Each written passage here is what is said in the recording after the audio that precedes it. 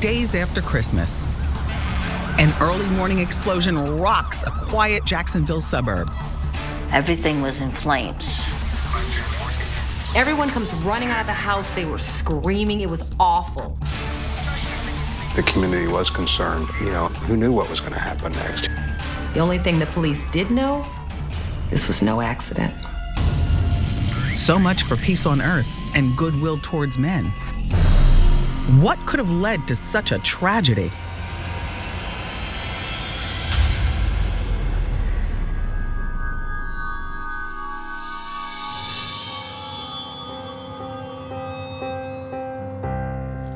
Hi, Mom. Oh my gosh. Merry Christmas.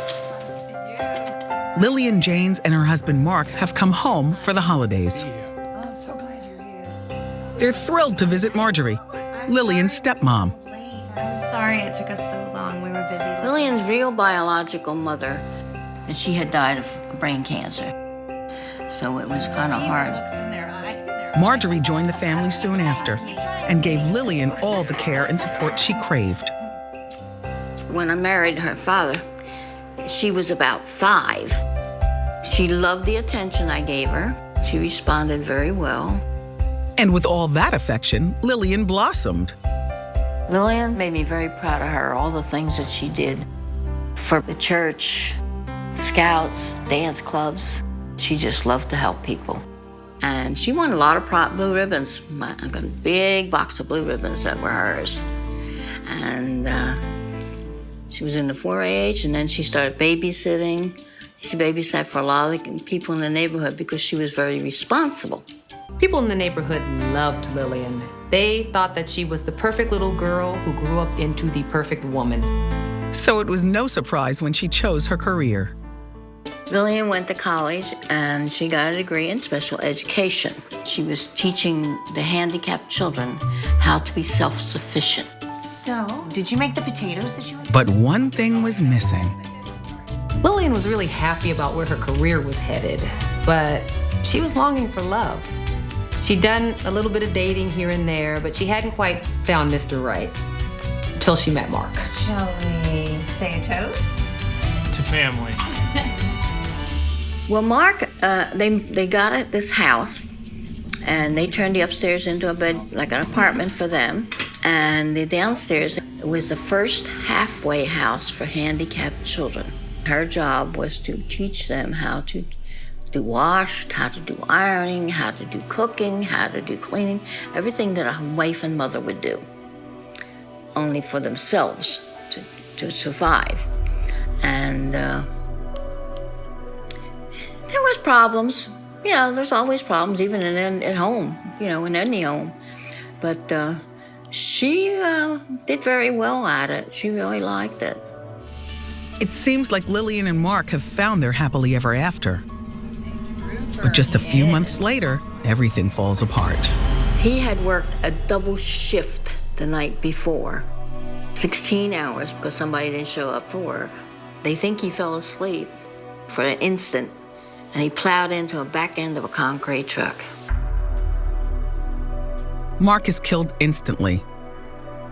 The loss sends Lillian into a tailspin. Lil, honey, I got you some coffee. She really was devastated. She's already a widow. For months after Mark's death, Lillian was absolutely despondent. She was angry, depressed. There was a lot on her mind. It was really rough. She just went to pieces.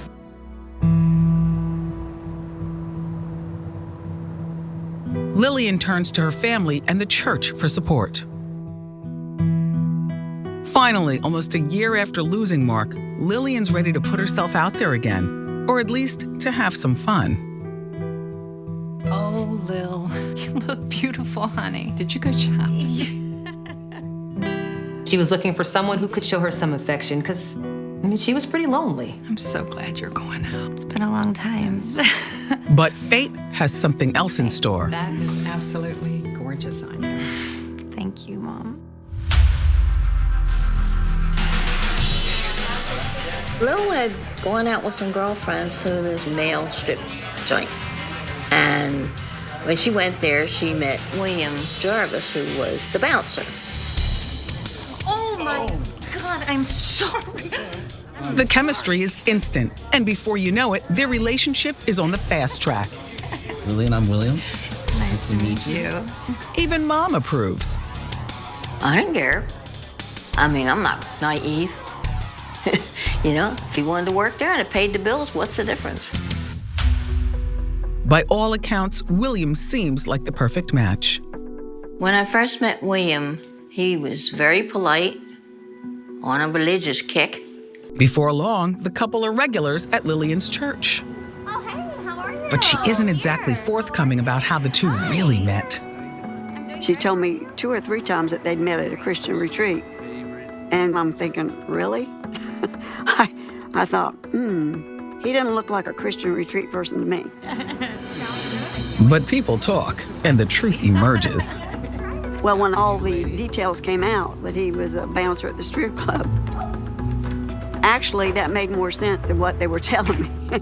I knew something wasn't right. A lot of people within Lillian's inner circle, especially the church folks actually, kind of looked down on William. But, I mean, she was happy, so people just kind of rolled with it.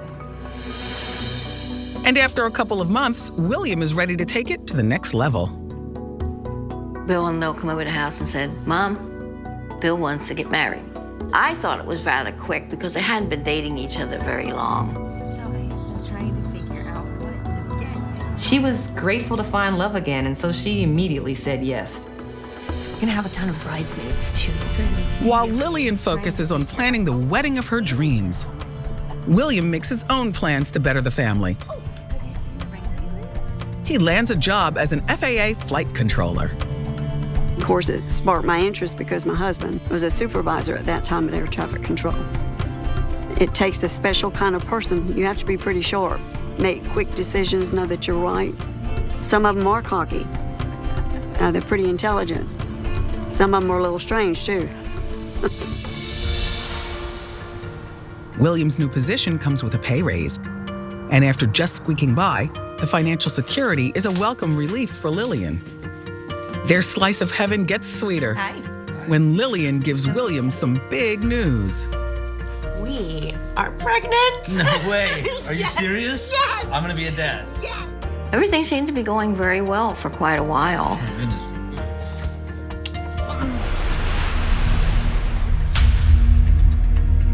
By 1990, 34-year-old Lillian Jarvis has settled into her new life in Jacksonville, Florida as a stay-at-home mom.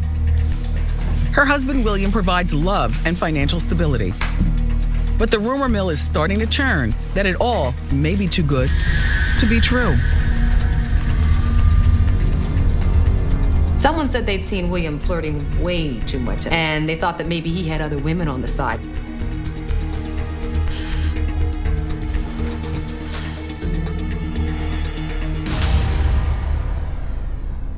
And one night,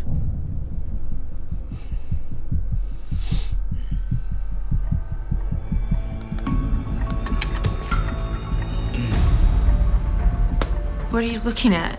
Nothing. It's nothing, Then Lillian. why are you trying to hide Lillian, it I'm from not trying to hide it from you. William introduces Lillian to this internet chat room that caters to plus-size women called BBW, and that stands for Big Beautiful Women. Lillian, come here. I want to show you. I wanted you to see that you are more beautiful than these women. Lillian is intrigued. They like women like me? Much to William's surprise, Lillian was all for it. I mean, We're in a thin-centric culture. So to find a community that supports big, beautiful women, sexualizes them, acknowledges them as sexual women, it gives her a place to really belong. She hit about 180. She's about 5'6". Yeah, she was a big girl. Yeah, she comes by it naturally with her father's was big and grandparents were big.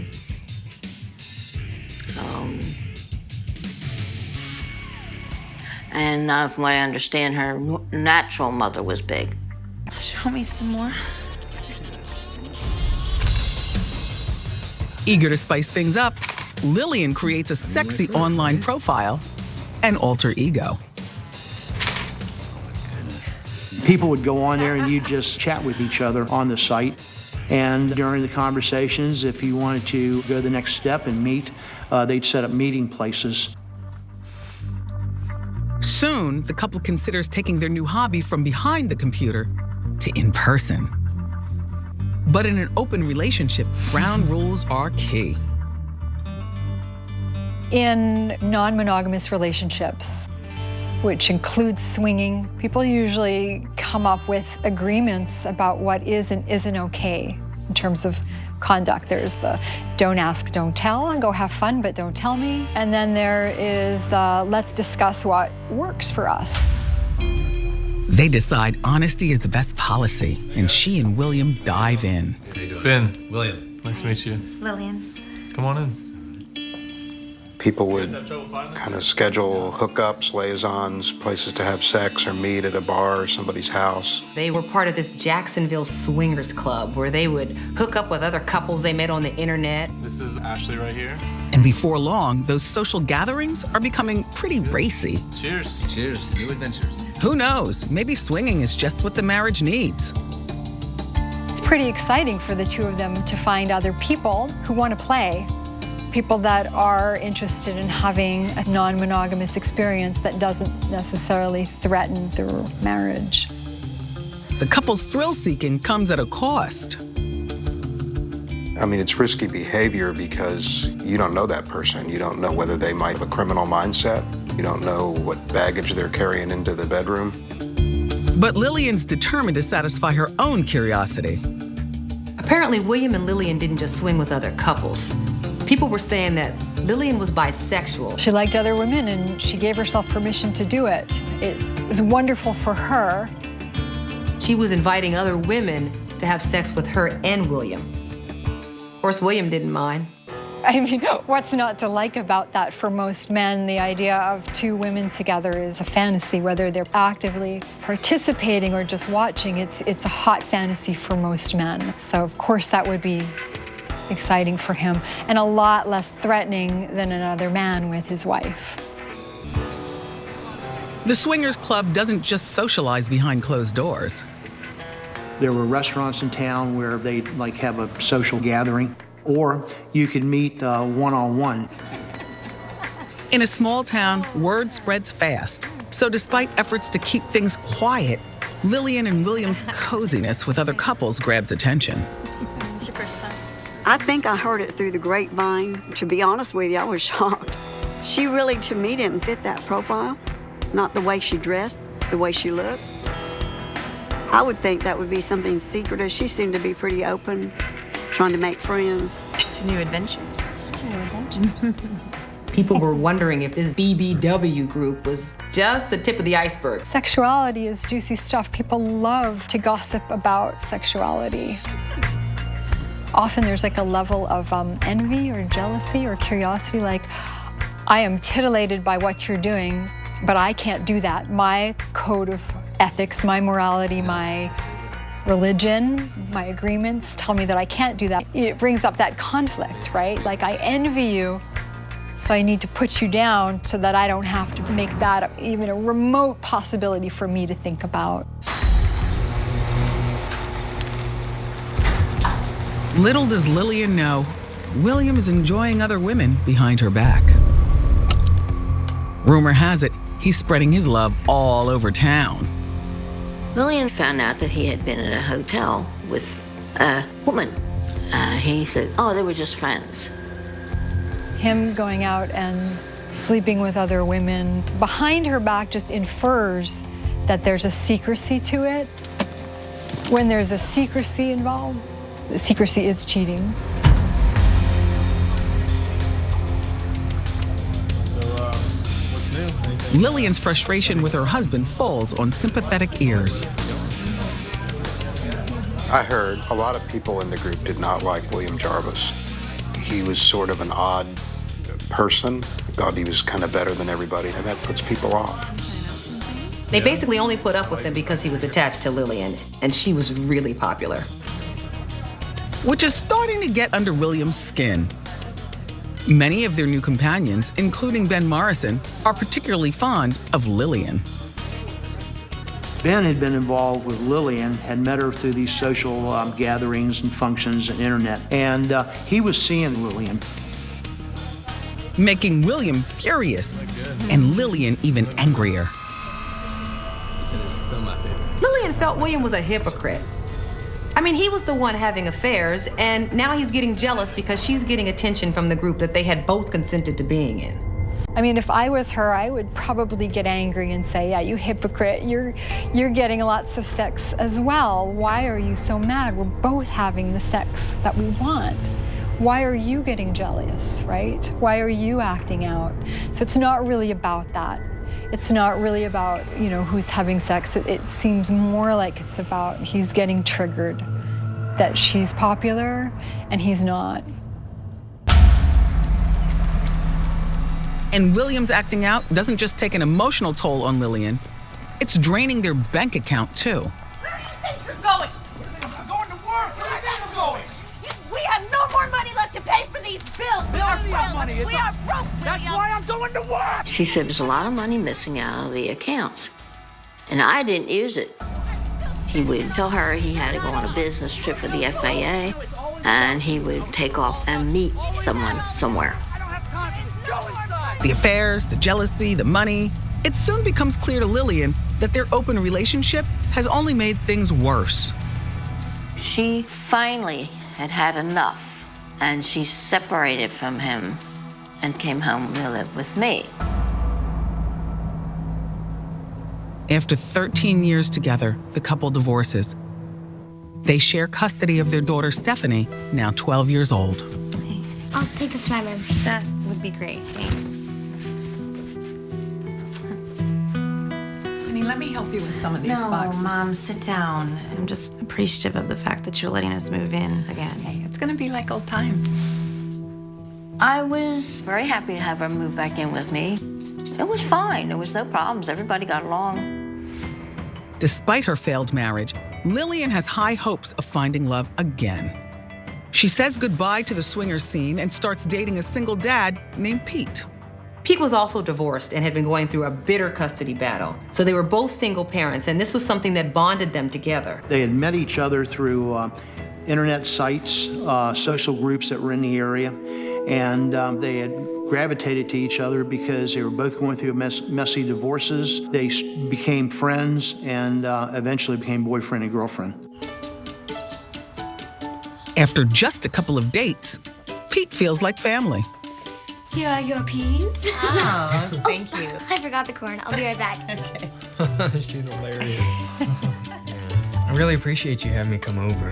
It's good to come here after a long day. Mm-hmm.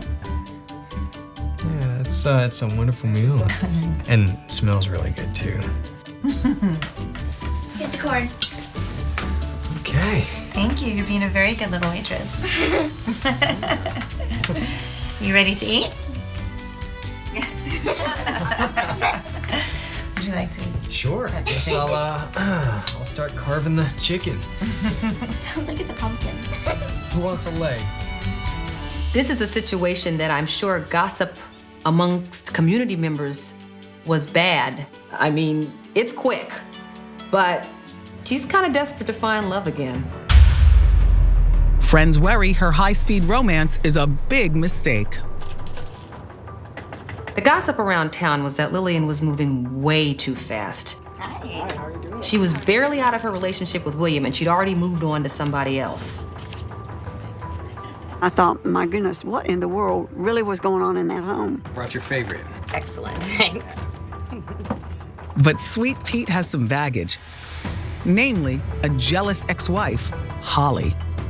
Holly was causing all kinds of problems for Pete. She reportedly showed up at his place and tried to kidnap their child. He had to file a restraining order against her. And the intimidation doesn't stop with their child. How dare you try to keep my kid away from me at Christmas? What are you talking about? There was even a story circulating about Holly having confronted Lillian, and apparently Holly even wrote down Lillian's license plate number as some way of letting Lillian know, I'll find you if I need to. You are not going to continue to talk to me this way.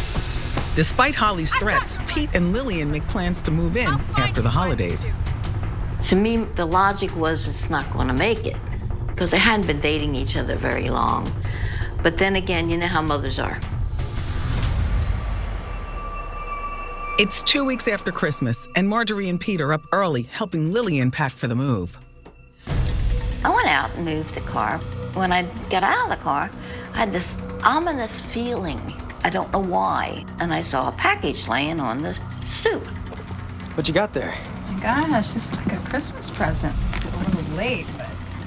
And I picked it up, and I walked in the house. And I go, hey, we got a Christmas package late. Bill? Where are you? I'm in the bathroom packing. Bill, look what came. What is it? Someone left it on the porch. Who's it from? It's the last gift one of them will ever get. See what it is. What is it?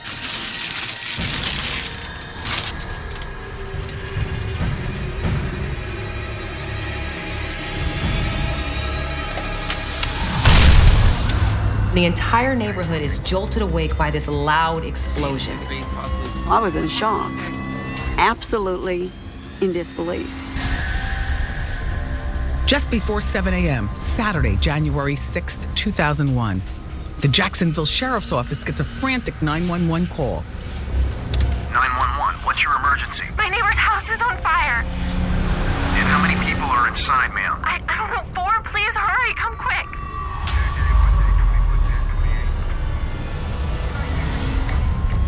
Everyone comes running outside and they see Marjorie's house is on fire. It was absolutely awful. Everyone who was there said that this is the type of thing that you never forget seeing for the rest of your life.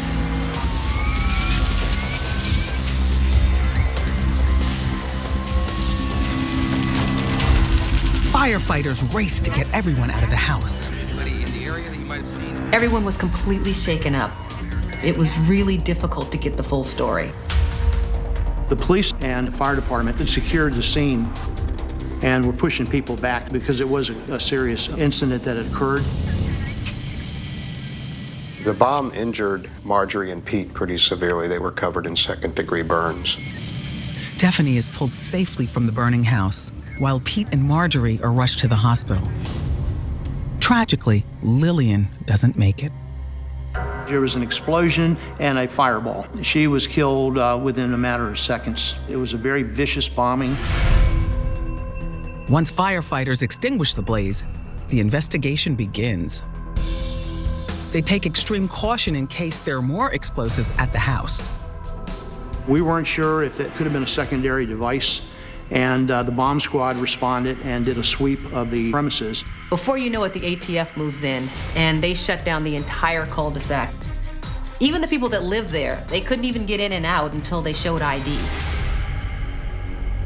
Police video shows the devastating aftermath. The entranceway and the right side were almost unaffected other than smoke damage, but the majority of the damage was on the left side, center. There was a bathroom in there between the two bedrooms, so that's where the damage was centered. You could see where it had blown up through the ceiling and through the roof. How did anyone survive the blast? And more importantly, what could have caused it? Detectives are already working on a theory. There's various things that could have caused the explosion, like propane gas, but it had the characteristics, which I've seen before, of being a pipe bomb. I could smell some powder in the air, and just looking at the type of damage, a gas explosion is going to be more devastating. But there's a twist. Most pipe bombs don't do this kind of damage. The amount of fire that had occurred was unusual, and that kind of gave me an indication it might have been an accelerant in the device. Investigators scour the crime scene for anything that could lead them to the killer. We were kind of theorizing that the bomber might have taken a condom and filled it with gasoline, and that's where the gas came from that caused the fireball. They don't find any condoms, but they do find some very distinctive wire. One of our lab technicians found a piece of wire similar to a hair in all this debris. And he was able to show that that was a bridge wire for ST's rocket motor kit. Whoever did this had done their homework. While the lab continues to sort through the wreckage, investigators speak to Marjorie in the hospital. I was burned over 30% of my body. My right ear was split. My arms were wrapped because they had been burnt so bad. And Pete lost one eye, and he had lost the hearing in one of his ears from the sound of the explosion. Marjorie gets the horrible news. When they told me that Mill had died, I was pretty sure I knew that mentally, but when somebody says it, it kind of puts a stamp on it. And I was very hurt because I really love my daughter. She's not the only one in anguish. It was very hard on Stephanie because she saw her mother on fire. She felt that it was her fault that she couldn't get Mommy out. But she couldn't have done a thing. Everything was in flames. Marjorie is shaken to the core. Do you remember what happened? But the moment before the blast is etched in her memory. Bill was in the bathroom, packing up, and Pete had come and walked in the house right behind me, and he was still standing behind me when I said, "We got a package." Who's it from? There was a note that said, "I'm sorry, it's late." And this being after Christmas, she just assumed it was for her daughter, Lillian. Well, let's see what it is. She started unwrapping it, and she said, "This looks like a tackle box." And she says, "Somebody's playing jokes, I guess." And she started to open it. You heard this click. Seconds later, the bomb detonates. She had been thrown from standing in front of the sink to across the room to where the shower and the tub were, and she was on the floor. Everything was in flames. Couldn't even get near it, it was so hot. Word of the bombing spreads quickly, putting the entire city of Jacksonville on edge. I first heard about it in my Sunday school class. We're just in total disbelief, trying to figure out why somebody would want to do that to Lillian in a Christmas package, that left in the front door. Who would do that? There was definite concern among the neighbors. Police didn't know where this bomb came from. Who knew what was going to happen next? Every time a delivery truck went by, people just kind of held their breath because they were hoping that it wasn't something being delivered to them.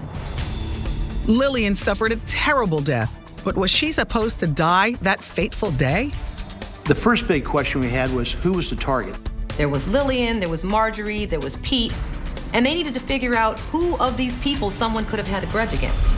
It's the afternoon of the explosion, and the entire city of Jacksonville, Florida is talking about the shocking death of 44-year-old Lillian Jarvis. There had not been a fatal bombing in Jacksonville in at least 10 years. So it obviously got everybody's attention, both in the news media and certainly in law enforcement. Who in the world would send a pipe bomb wrapped as a Christmas present to a home in this quiet cul-de-sac? All investigators know for sure is that the bomb was placed on the front porch the night before.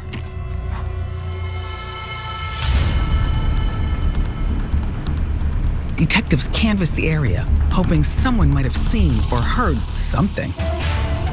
Jacksonville Police Department. I'm doing an investigation on the Lillian Jarvis incident. Police ruled out pretty quickly that her daughter was the intended target, but certainly you had Marjorie, Lillian, and Pete living there. So who was that bomb meant for? She was really sweet, but her and her husband fought a lot.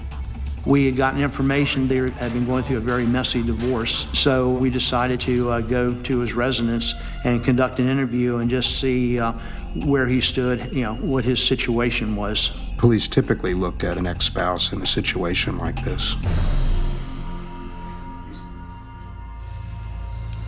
Detectives start with Lillian's ex, William Jarvis, who lives 45 minutes away. Hello? Mr. Jarvis. He was very upset, and he goes, I just heard my wife was killed. And I said, yeah, that's why that's what we're looking into. I feel awful. I just saw it on the news. One of the reasons why we had a hard time believing that he might be the bomber was that his young daughter was in the house. Is my daughter okay? She is okay. Since the package bomb wasn't addressed to anyone, his daughter very likely could have been the one to have picked it up and opened it. As a father myself, I thought it must be somebody else, because what father would do that? I do need to know where you were last night and where you were this morning. William tells detectives he was up early on his computer. He said he woke up about 5:15 in the morning and went online till about 7:30 when he had to get ready to go to work. Records show William did indeed log on that morning. Seems like there's no way he could have been 40 miles away in Jacksonville. So police turned their attention to Marjorie. Was she the one marked for death? Turns out a suspicious phone call came into Marjorie's office the day before Lillian's death. One of your employees has made me very angry. There'll be a bomb at their house soon. And of course, the next morning, a bomb shows up at her house. So they certainly had to look at the possibility that Marjorie was the target. I had to really stop and wonder, because I had never had any kind of confrontation of any sort with anybody associated with hospice. So I didn't know what to think about it. And neither do police. They have only one lead. Police were not able to trace that call, but they were able to determine that it was placed by a woman with a deep southern drawl. With no further evidence, investigators must look in other directions, focusing on Lillian's boyfriend, Pete. So the police learned that Pete had been going through a bitter divorce with his ex-wife, Holly. There was a battle over child custody. In fact, on one instance, she tried to kidnap their 2-year-old child. It got so bitter and so acrimonious that Pete had to file a restraining order against her. How dare you try to keep my kid away from me at Christmas? What are you talking about? You trying to come between me and my child. I'm not trying. That acrimony spilled over into jealousy of Lillian. I don't care. You are not going to continue to talk to me this way. It was a definite possibility that Holly intended that bomb for Pete or Lillian or both of them out of jealousy. I've got your license plate number. Pete could have been the target, but also she probably wouldn't have cared if Lillian was killed as collateral damage. How can I help you? Well, And wouldn't you know, when investigators go to question Holly, her voice sounds eerily familiar. Could you describe the type of confrontation you had with her, please? She had a very strong southern accent that could have been consistent with the caller for the bomb threat the day before. There were a number of things that lined up. And Holly was a strong suspect for the police. All right, so they were having an affair? But one thing doesn't line up. Some kind of relationship? Holly has an alibi. I was in Georgia. Holly said that she had been up in Georgia, and we were able to verify that information. Didn't completely rule her out because of the nature of the crime, but it certainly moved her down the list as a possible suspect. But never fear, there are plenty more curious characters just waiting to come out of the woodwork. Hey, Park. Let me check this out. Thanks to a Got an anonymous scandalous tip. email detailing Lillian's online activity. Let's check it out. So in the middle of the investigation, someone sends an email to the police and it contains links to all of Lillian's favorite chat groups. Click the link. Whoa. BBW. When I heard about the BBW website, I was shocked. As a reporter in Jacksonville, I prided myself on being kind of plugged into things, but I certainly had never heard of that. It was really a little off the charts. And Lillian was smack dab in the middle of it. She had had a lot of contact with a lot of different men and women. This is extremely risky because you meet somebody through the website, you don't know their true name, you don't know anything about them. The fact that she had opened herself up personally to so many strangers Swingers? was something that was really concerning to the police. This could give them an awful lot more suspects to look at. You have to investigate everyone that was involved with her, and everyone's probably sexually involved, because anytime there's intimacy involved, there is the possibility for pretty deep feelings and feelings of jealousy, which we know often lead to rage and irrational behavior. Detectives interviewed more than 100 people from the online chat room where Lillian logged hour after hour looking for love. Do you know of anyone who wanted to hurt her? There was a man, his name was Ben Morrison. Ben was a member of the Jacksonville Swingers group. He'd developed an unhealthy obsession with Lillian. Hey, wait. What? Ben became possessive of Lillian. She kind of liked to play the field, and he wanted her for himself, and had started to stalk her. Let's just hang out. He basically wouldn't leave her alone. And we had heard that he had said that if I can't have you, no one can have you. Ben didn't want to take no for an answer.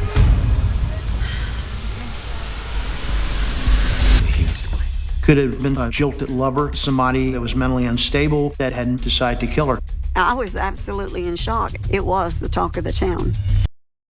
3 weeks have passed since Lillian Jarvis was killed by a bomb disguised as a Christmas present.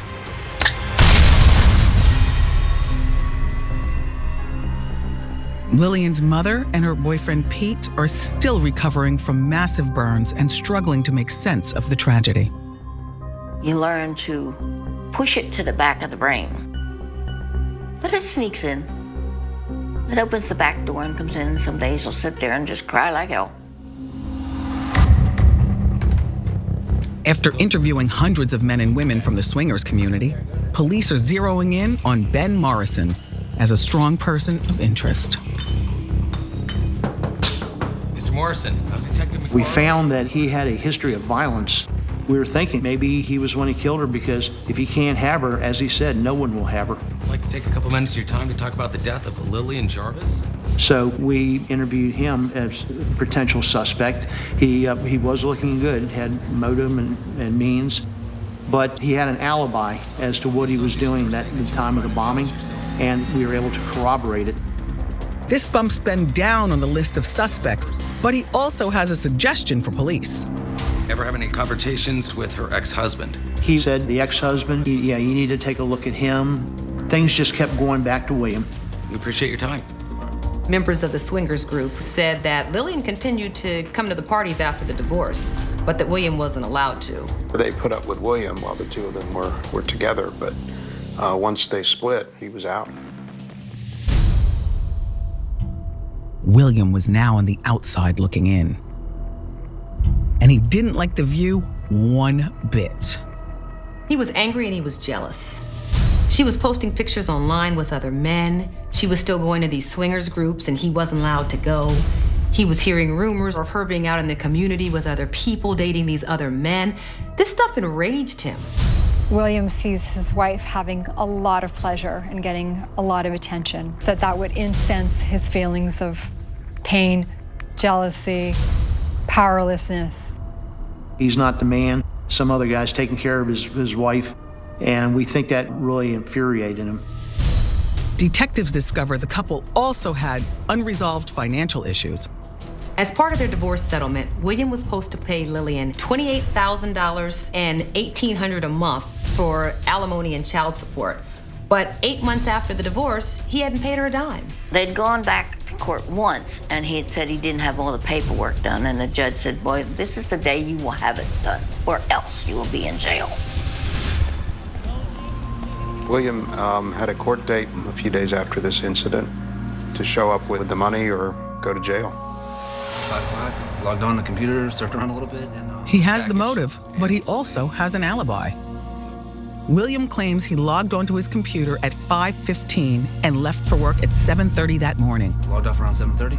So detectives dig deeper, and records show a gaping hole in his story. Turns out, William's online activity stopped at 5:30 a.m. If you don't have any action on a computer after like 15, 20 minutes, it automatically logs you off. We'd like to go inside for a few minutes and look around. Meaning William Jarvis could have been anywhere that morning. He lived about 40 miles from where Lillian was living with her mother, and certainly had ample time to turn the computer on, drive to Jacksonville and back, and get to work by 7:30. Did William really put his daughter in harm's way just to get rid of his ex-wife? Investigators return to his house.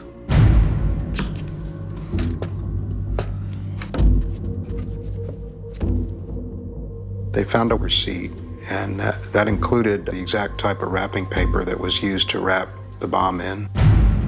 They also found some model rocket igniters. Some of that was found in the debris. The most interesting thing we found was he had purchased a box of condoms. I knew that there was an accelerant, gasoline, that was used in the device. He had filled condoms with gasoline to kind of maximize the explosive nature of the bomb. Although the house has been cleaned from top to bottom, the search turns up trace amounts of gunpowder in William's kitchen and some unusual files saved on CD. He had done a lot of research on how federal agencies and local agencies do their bombing investigations and the things they look for. On February 21st, 2001, William Jarvis is arrested and charged with first-degree murder and arson. I was wishing in a half sense that he would try to run so they could shoot him. But then I thought, no, I want him to suffer. I really want him to suffer. Did you build that bomb? I had nothing to do with it, no. Bill, did you place that bomb on the doorstep? I did not. At trial, William pleads not guilty, saying there was an innocent reason why he purchased the rocket igniters. He tried to explain that receipt by saying that flying model rockets was one of his all-time hobbies, but the evidence against William just kept piling up. You recognize that? Yes, sir. They are some wires. There's some solder. There was the wrapping paper, there was the wire, there was the gunpowder, the stuff on his computer files, and there was the motive. These are all just items that I used around the house. William Jarvis thought he was smarter than the police. He thought he was smarter than the prosecutors. He thought he was smarter than everybody. The irony of that is that had he not kept that receipt, he very likely would never have been caught. The prosecution lays out the grisly events leading up to the fatal bombing. According to the evidence, William purchased many of the items to build the explosive. He constructed the bomb and placed it in a tackle box.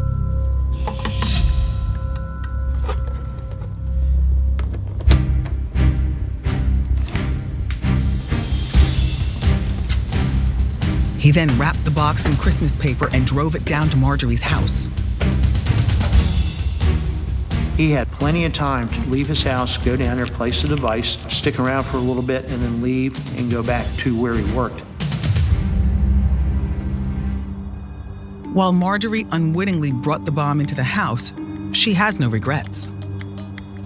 I was always glad in one sense I did bring it on, because if it was laying out on the streets like that, basically, a child could have picked it up and opened it, and they could have been killed. And I don't think Lil would want someone else to die instead of her. I can't believe somebody could hate someone that bad. Had she opened that in the great room or wherever, it'd have killed them all. Who does that? Who wants to kill your wife and then your child that you had with her? Clearly, he wasn't over her. This is the worst case scenario of a sick person acting out in the worst way possible.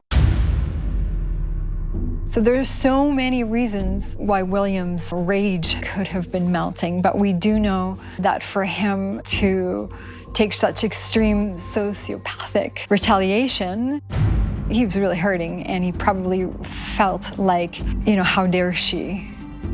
How dare she move on before me? How dare she enjoy life before me? I'm in pain. She's not. That's not fair. Sounds really clear that he was acting out on his jealousy and probably his sense of ownership. That's my wife. Nobody else can have her until, just some level of ownership that probably was intact. Often when we break up, when we have breakups that are ugly, this situation is like the worst case of an alternative relationship gone bad. This was not only a crime of rage, this was a crime of calculated rage. This was him investing the energy, buying the materials, putting everything together, delivering it. This was well planned and well thought out.